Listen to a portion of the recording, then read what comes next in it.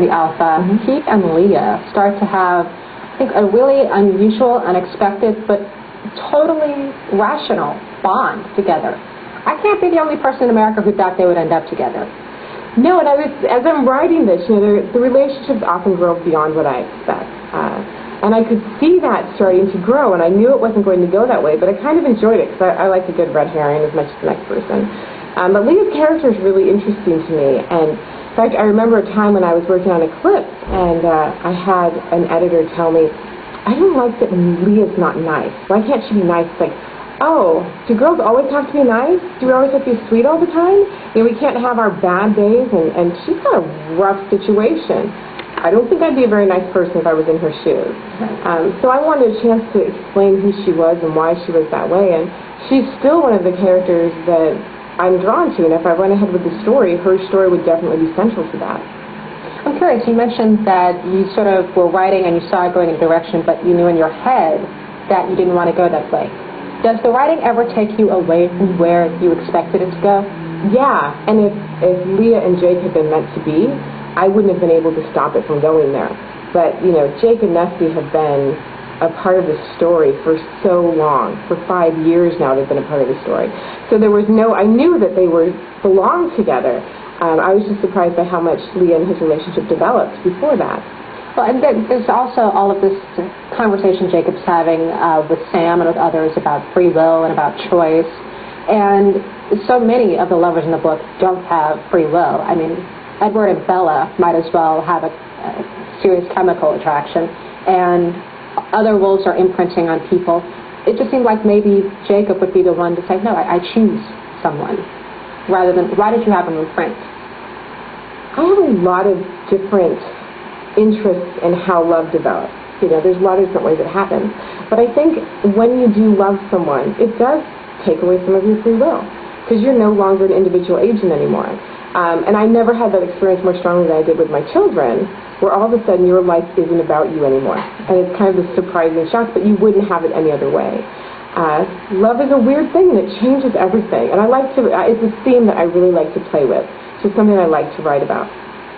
Do you believe in love at first sight? I would generally say no, but then it was never part of my life. I like to believe in that. I love to read stories about it, but I also love to read stories about magic. But then I know some people who I trust to be telling me the truth who really had experiences like that. So, I don't know.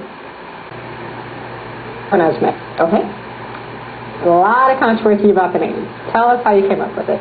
It's funny. I forgot that the name would be controversial, because it's been her name for so long. And when I first wrote her into the story and had to have a name for her, it was actually easier than naming Bella. Really? Yeah, I mean, Bella's character, there was so much to her, and it didn't feel like any name could encompass everything that she was to me. And I settled. I just picked a name that I really liked, that if I'd had a daughter, that probably would have been her name. But something the name had to grow to fit her. It wasn't like it was automatically explained everything that was Bella to me. With Renesmee, it was different, because I needed a name that no one else has ever had. She had to be one of a kind, and I wanted the name that way. And it came pretty easily, and I got used to it really fast. And so it's been a real name to me in my head for so long that it's like people are freaking out over Jennifer. It's like, but it's just Renesmee, what's wrong with that? But, they need 5 years to get used to it too. Well, and also you have Bella sort of asking, is that name too weird? And she hates the nickname Nessie, at least at first. Yes. It sounds a little bit like you were bracing for some reaction to that name.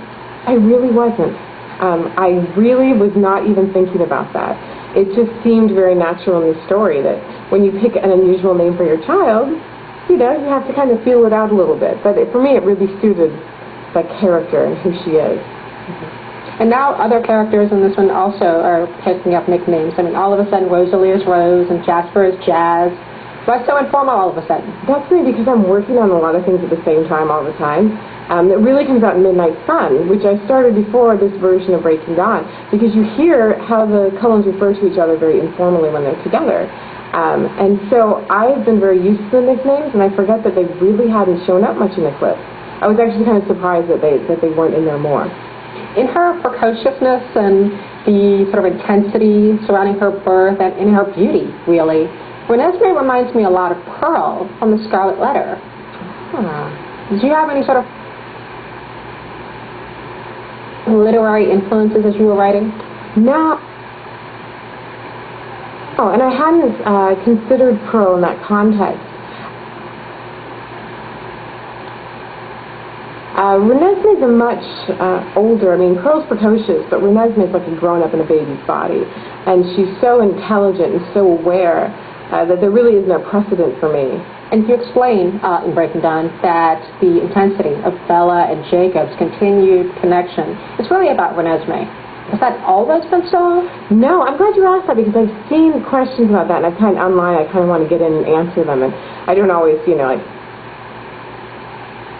I don't belong to the site to be able to do that just on a whim. No, Bella has moved past that. She recognizes that Edward's the one she wants, and Jacob's a really close friend where things have gone a bit awry.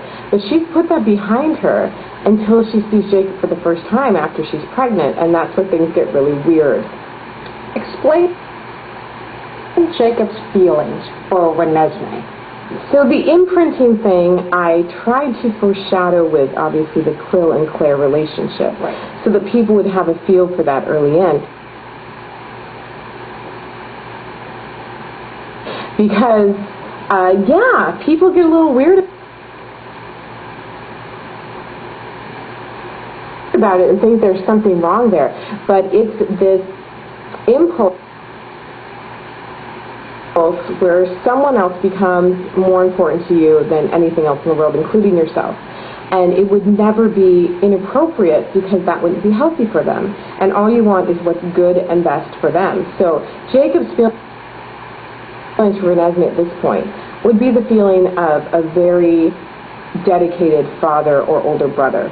And then over time that changes when the person that they're imprinted on needs something else. And how are you feeling about all the controversy with him imprinting on Bella, not just a child, but Bella's child? It's hard to say. I'm trying to stay away from the controversy, so I don't know everything that's being said. I just hope that over time it makes as much sense to people as it does to me, but if it doesn't, it's still the way the story goes. It's just how it is. I couldn't have changed it.